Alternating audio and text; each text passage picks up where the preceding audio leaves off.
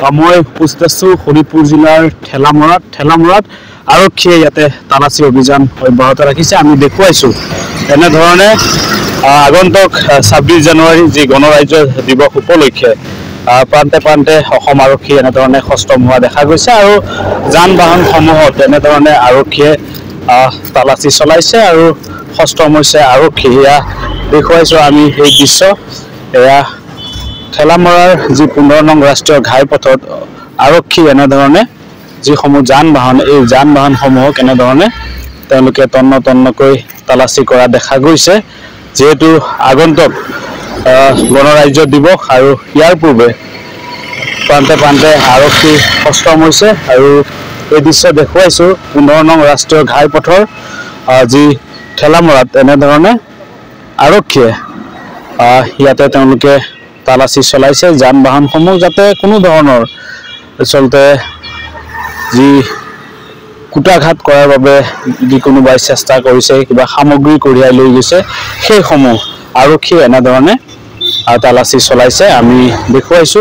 যেহেতু আগন্তুক গণৰাজ্য দিৱস 26 জানুৱাৰী আৰু প্ৰান্তে প্ৰান্তে আৰক্ষী প্ৰশাসন এনেধৰণে সষ্টম হোৱা দেখা গৈছে আৰু এই দৃশ্য শোণিতপুৰ জিলাৰ ঠেলামৰাৰ যি 15 নং ৰাষ্ট্ৰীয় ঘাইপথত এনেধৰণে আৰক্ষীয়ে তন্নকে তালাচী কৰিছে যান বাহনসমূহত কোনো ধৰণৰ সা সামগ্ৰী যাতে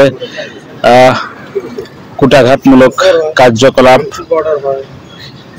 সেই দিশটোৰ প্ৰতি লক্ষ্য ৰাখি আৰক্ষীয়ে এনেধৰণে যান বাহনসমূহত তন্নকৈ তালাচী কৰা দেখা গৈছে। এয়া ঠেলামৰাৰ 15 নম্বৰ ৰাষ্ট্ৰীয় ঘাইপথত আমি দেখুৱাইছো।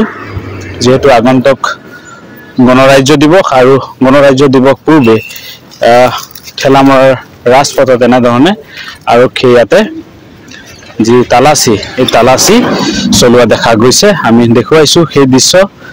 ইয়াত ঠেলামৰাৰ 15 নম্বৰ ৰাষ্ট্ৰীয় ঘাইপথত আৰক্ষী এনেধৰণে তালাচী চলাইছে। যিহেতু আগন্তুক গণৰাজ্য দিৱস আৰু গণৰাজ্য দিৱস পূৰ্বে আৰক্ষী প্ৰশাসন এনেধৰণে সষ্টম হৈছে।